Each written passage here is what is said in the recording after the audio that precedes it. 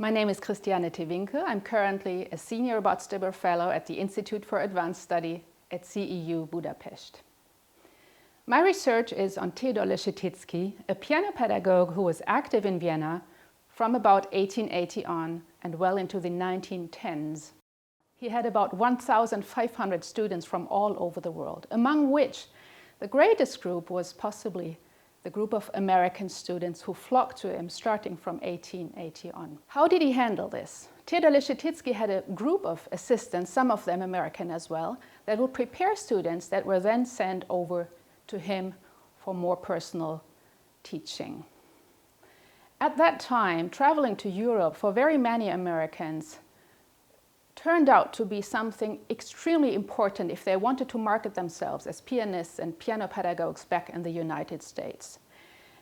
We may therefore understand why sometimes American students would think of their trip to Europe as a kind of pilgrimage or a hajj towards what they consider to be the origin of classical music.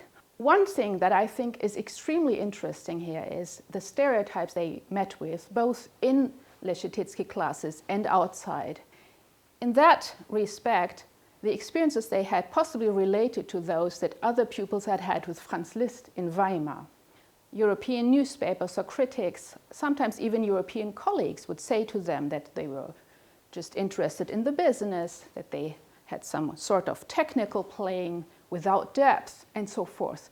These stereotypes are indeed related to other common anti-American stereotypes that we find also in other realms, be it in the realm of business, of culture as such, or of daily life.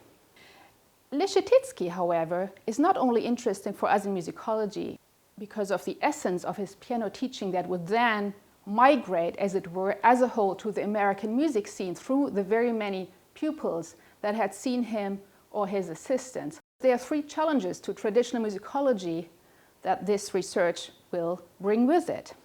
So for a long time, musicology has been circling around questions of text, mainly compositions, biographies, documents pertaining to music history. It has been hard always, and it will probably always be hard, to deal with performance practice, to deal with what's happening in the black box of musical training at the instrument or in singing lessons.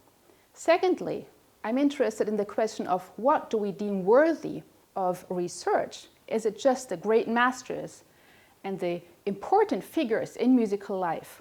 Or can it also be those people who carry away musical impressions and musical learning and knowledge to their local communities, as did the American students that had come to see Leschetizky? Thirdly, very little research as such has been done on Leschetizky, mostly because there had been no access to important documents. I had the privilege of being supported by the Botstiber Foundation to travel to New York to access the material held by the New York Leschetizky Association. And I was able to scan so many documents that I hope to accomplish over here in Budapest, to go through them and paint out a more complex image of what was happening in Vienna in that Leschetizky circle at the time.